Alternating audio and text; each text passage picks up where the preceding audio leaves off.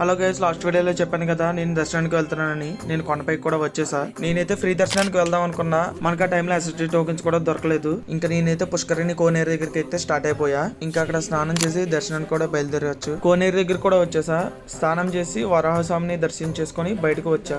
బయటకు రాగానే స్వామివారి ఊరేగింపు అయితే జరుగుతుంది. స్వామివారి ఊరేగింపు అంతా చూసి లాస్ట్ నైతే హారతి అయితే ఇచ్చారు. నాకైతే చాలా హ్యాపీ అనిపించింది ఇలా డైరెక్ట్ గా చూసి హారతి తీసుకోవడం అనేది. ఇంకా నేను ఫ్రీ దర్శనం లైన్ లో కూడా వచ్చేసా. కరెక్ట్ గా నేను వెళ్లే టైం కి గేట్స్ కూడా క్లోజ్ చేసేస్తున్నారు. అరౌండ్ 3:30 అవుతుంది. అప్పటి వరకు చిన్నగా పడ్డ చినుకులు ఒకేసారిగా హెవీ రైన్ అయితే అవ్వడం స్టార్ట్ అయింది. ఇంకా మమ్మల్ని కంపార్ట్మెంట్ లో అయితే పెట్టారు. నేనైతే దర్శనానికి లేట్ అవుతుంది అనుకున్నా. ఎందుకు ఇలా అంటున్నానంటే వాళ్ళు ఎక్స్పెక్టెడ్ టైం 30 అవర్స్ అని వేశారు. కానీ మనకి 17 అవర్స్ లోనే దర్శనం అనేది కంప్లీట్ అయింది. లోపలికి వెళ్ళి ఆ స్వామివారిని చూడగానే నాకు తెలియలేని హ్యాపీనెస్ అయితే వచ్చింది. ఇక నేను బయటికి రాగానే ప్రసాదాలు ఫోటో సెక్షన్ అంతా కంప్లీట్ చేసుకుని అన్న ప్రసాదానికి అయితే నేను బయలుదేరా. అక్కడ డైనింగ్ హాల్స్ అయితే చాలా పెద్దగా ఉన్నాయి. మొత్తం 5 or 6 హాల్స్ అయితే ఉన్నాయి. ఇక భోజనం అయితే చేసేసి కొండపై నుంచి కిందకి బస్సు అయితే ఎక్కా. బస్సు అయితే 90 రూపీస్ తీసుకున్నారు టికెట్ కి. కరెక్ట్ గా తిరుపతి బస్ స్టాండ్ దగ్గర అయితే దించుతారు. ఇంకా నా ట్రిప్ కూడా అయితే కంప్లీట్ అయింది. ఇక అయితే గైస్ నెక్స్ట్ వీడియోతో కలుద్దాం. సబ్స్క్రైబ్ చేసుకోండి, లైక్ చేయండి. ఈ వీడియో ఏమైనా ఇన్ఫర్మేటివ్ గా అనిపిస్తే మీ ఫ్రెండ్స్ అండ్ ఫ్యామిలీ మెంబర్స్ కి షేర్ చేయండి.